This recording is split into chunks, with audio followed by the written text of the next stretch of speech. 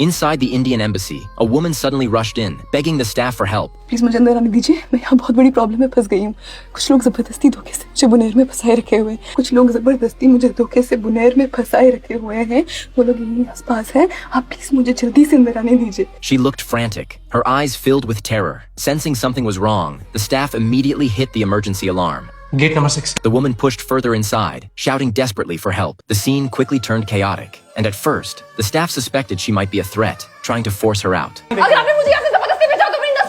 It wasn't until a diplomat stepped in, promising she would be protected, that she finally began to calm down. Then, under questioning, the woman began to share her story. Her name was Uma, a single mother. Her daughter had been born with thalassemia. In order to afford treatment, Uma had gone to Kuala Lumpur for work. That's where she met Tahir, a Pakistani man who seemed kind and gentle. He often helped her, always attentive. And over time, Uma grew dependent on him, eventually falling into a relationship with him. But one day, she received news from home that her daughter's condition had suddenly worsened, leaving her desperate. Tahir kept reassuring her and suggested taking her to Pakistan, claiming there was a possible treatment there and that she could also meet his family. He even proposed they make their relationship official. For the sake of her daughter and needing someone to rely on, a month later, Uma set out on the journey alone. But when she saw Tahir again, he was nothing like she remembered. His face covered in a thick beard, his expression distant.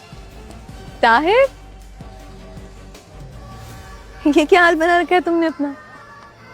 उज़मा थोड़ा कर रहे गाड़ी में बैठो सब बताता हूँ चलो Without warmth, he shoved her straight into a car, heading toward a remote mountain area. The road was rough, and he handed her motion sickness candy, which she took without suspicion. In that moment, her fate quietly changed. After eating the candy, Uma slowly drifted into unconsciousness as the car drove deeper into the mountains of Pakistan. After an unknown amount of time, the car finally stopped at the base of a hill. Still dazed, Uma was dragged out. She had no idea where she was, only noticing armed people around her, their cold stares sending chills down her spine. When Tahir led her through a gate, what she saw left her stunned. Two little girls ran up, calling out "Dad" cheerfully. Uma froze in shock. Before she could react, Tahir's expression turned cold, and he snatched her bag away. Then two strange women rushed forward, throwing a local robe over her. Uma had no idea what was happening, only feeling the weight of everyone's eyes locked onto her. She screamed Tahir's name, demanding answers, but he said nothing, just stared at her coldly. She was shoved into a room. Once inside, several women began changing her clothes. Uma was completely lost. Everything had happened too fast. She had come to meet family, yet ended up here. As the door shut behind her, locked from the outside, the air felt suffocating. She pounded on the door, calling out her boyfriend's name, but no one answered. As Uma slowly calmed down, replaying everything in her mind, she realized she had been deceived. This wasn't a family visit. It was a carefully planned trap. When Tahir appeared again, she rushed at him, demanding answers. This time, he dropped all pretense. तुम शादीशुदा हो, पहले से बच्चे तुम्हारे, मैं प्यार करती थी तुमसे, तुमने धोखा दिया है मुझे मक्का. Revealing his true, cruel nature, naive Uma tried to leave. मुझे घर जाना है, मुझे. But he blocked her path. He brought out rope, tied her up tightly, and slammed her against the wall. अब यही रहना है तुम्हें समझे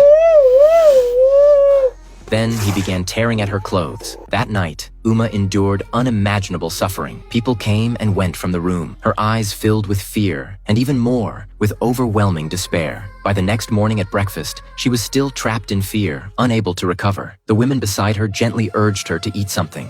ओखरा ज़नादत का When Uma looked up, she saw that their faces and bodies were also covered in scars. Clearly, they too had been tricked into coming here. Over time, they had been forced to accept this life. Soon after, Uma was blindfolded and taken into the yard. It was crowded with people, their eyes scanning her like merchandise at a market. A bearded man stepped forward, inspecting her from head to toe as if she were an object, even examining her feet.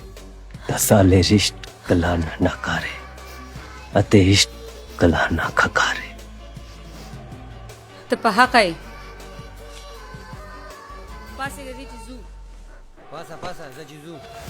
अरूरा खाना शायद है राज़ाक से ये नल रहे नूर ज़मुंग वक्त मज़ा आएगा Listening to their conversation, Uma finally realized she was being treated as something to be sold. Fortunately, they seemed to think she was too old and didn't choose her. But because of that, the unhinged Tahir made another decision. He would keep her in the village to serve men and officially marry her. मैं तुमसे निकाह नहीं कर सकती हूँ यार.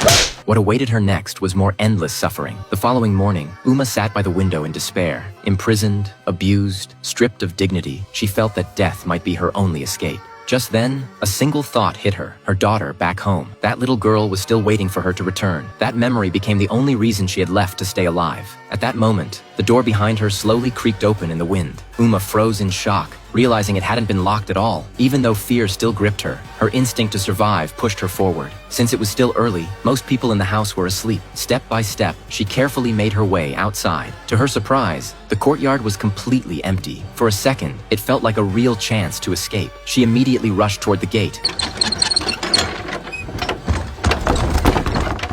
बाहर से बंद है। But right then, a girl suddenly appeared and coldly told her it was useless. देखो, बाहर जाके कोई फायदा नहीं है। बाहर भी वैसे ही मरते जैसे इस घर में।